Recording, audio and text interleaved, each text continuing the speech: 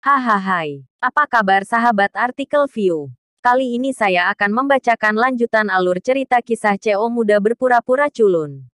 Tapi, sebelum mendengarkan kisah ceritanya, silahkan cari posisi yang nyaman dan jauhi keramaian. Dan jangan lupa pasang headsetnya. Dan inilah alur cerita kisah CO muda yang berpura-pura culun. Episode 247, Kisah Seorang CEO Muda yang Berpura-Pura Culun.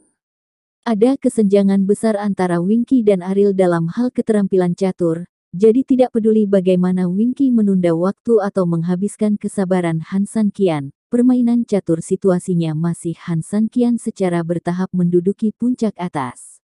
Ini adalah manifestasi dari perbedaan kekuatan absolut, tidak peduli bagaimana Saiful menghitung, tidak peduli seberapa lambat Winky bergerak, itu masih tidak dapat mengubah situasi yang pasti akan dimenangkan oleh Ariel.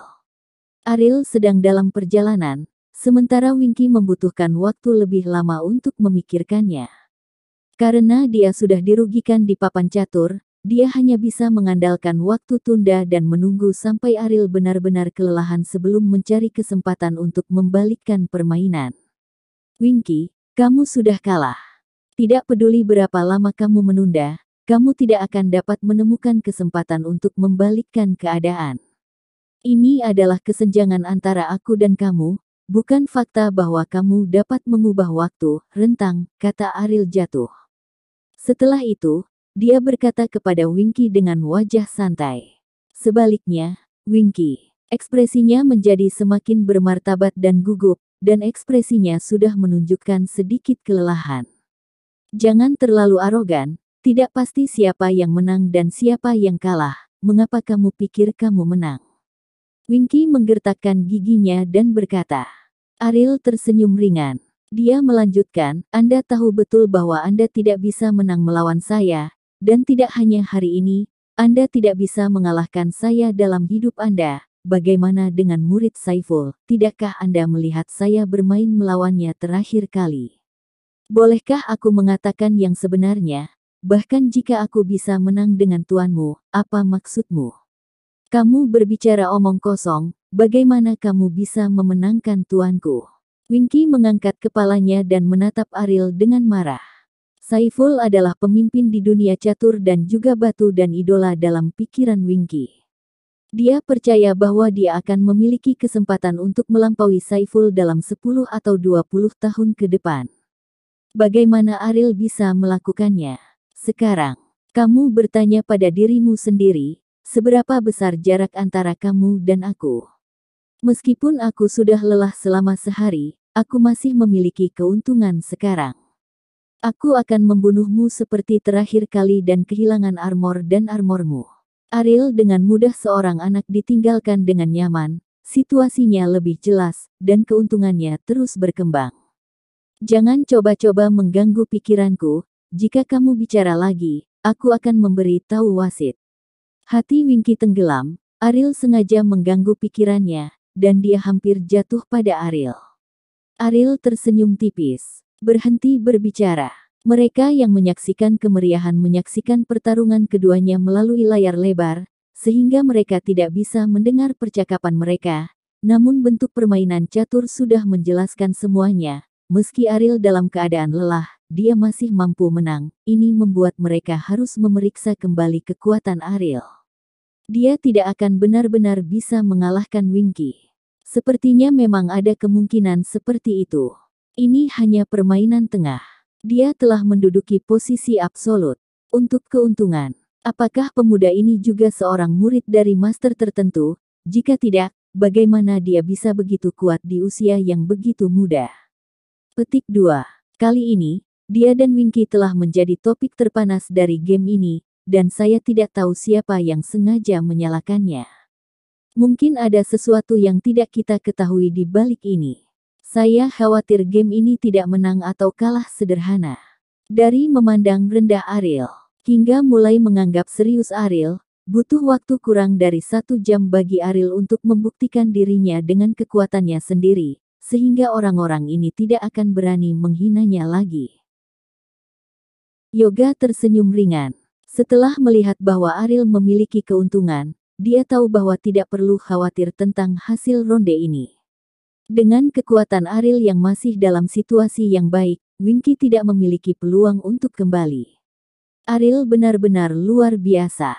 Di usia yang begitu muda, saya tidak tahu dari mana dia belajar. Saya pikir tuannya juga harus menjadi orang yang sangat kuat. Yoga menghela nafas bahwa selain bakat, catur dan meneliti batu juga membutuhkan pemimpin yang kuat. Menurut Yoga, Ariel memiliki kekuatan yang begitu kuat di usia yang begitu muda. Selain bakat, pasti ada tuan yang sangat kuat, banyak peluang yang dia miliki untuk memenangkan Saiful. Melissa bertanya kepada Yoga, permainan saat ini hampir terlihat hasilnya, jadi Melissa lebih menantikan pertandingan antara Ariel dan Saiful. Jika dia benar-benar dapat memenangkan Saiful, dia pasti akan bisa untuk bersaing. Dunia catur adalah blockbuster. Yoga menggelengkan kepalanya dan berkata, saya khawatir hanya dia yang tahu berapa banyak peluang yang ada, tetapi dia dan Saiful pernah bermain dan kalah dengan skor kecil. Kedua alis Melissa berkumpul, dan kalah dengan celah kecil juga merupakan kerugian. Jadi baginya, ini bukan kata untuk mencerminkan kekuatan Ariel. Sikap Melissa terhadap hal-hal sangat ekstrim, kalah adalah kalah. Menang adalah menang. Tidak pernah peduli tentang kalah lebih banyak dan kalah lebih sedikit, kalah kecil dan kalah besar. Saya bisa merasakan kepercayaan diri yang kuat yang telah dia tunjukkan. Dalam hal karakternya, karena dia dapat menantang Saiful, dia harus memiliki kepercayaan diri lebih dari 50%, kata Melissa. Ketika Yoga mendengar ini, senyum di wajahnya menjadi lebih dan lebih intens. Menang melawan Winky, Asosiasi Catur Bandung dapat menikmati kehormatan kejuaraan. Tetapi jika mereka masih memenangkan melawan Saiful, maka Asosiasi Bandung pasti akan menjadi tempat yang populer di dunia catur dan batu Indonesia. Agaknya akan ada banyak peziarah di masa depan, pikirkan saja adegan seperti itu. Yoga sangat gembira. Hei, aku harus iri dengan umurku yang tua ini. Aku telah mencapai begitu banyak di usia muda. Aku pikir ketika aku seusianya, aku hanya seorang pemain catur yang menabrak tembok di mana-mana. Yoga menghela nafas. Orang biasa, bahkan jika mereka berbakat, tidak memperbaiki catur mereka sendiri kesempatan. Tampaknya selain bakatnya, ia memiliki beberapa hal yang tidak diketahui. Melissa bertanya dengan santai. Hati Yoga terkejut. Mengenai identitas Ariel, Nicholas samar-samar menyebutkan beberapa hal. Meskipun kata-katanya tidak jelas, itu menunjukkan bahwa Ariel memang memilikinya. Latar belakang keluarga yang sangat kuat, Yoga bisa mendengarnya. Melissa bertanya tentang detail Ariel. Tetapi bahkan Nicholas tidak berani mengatakan apapun dengan santai. Bagaimana mungkin Yoga mengkritiknya tanpa pandang bulu, dan baginya, selama Ariel dapat memenangkan kejayaan untuk Asosiasi Catur Bandung, itu akan berhasil, tidak peduli siapa Ariel itu. Mungkin, yang aku tahu tentang dia hanyalah menantu dari keluarga Wijaya, kata Yoga. Ekspresi Melissa memperlihatkan senyuman, dan dia hanya bertanya dengan santai. Dia tidak pernah berpikir untuk mengetahui identitas asli Ariel dari mulut Yoga, dan seharusnya tidak mungkin orang seperti dia mengetahuinya. Situasi di papan catur menjadi semakin tidak menguntungkan bagi Winky. Jika terus seperti ini, tidak peduli berapa lama ditunda, Winky tidak akan bisa menang. Mereka yang menonton kegembiraan mulai cemas.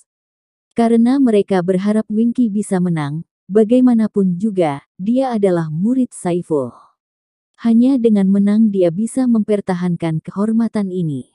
Jika dia kalah, dia tidak hanya akan menyesali reputasinya, tetapi juga mencoreng Saiful, yang adalah sesuatu yang tidak ingin dilihat siapapun.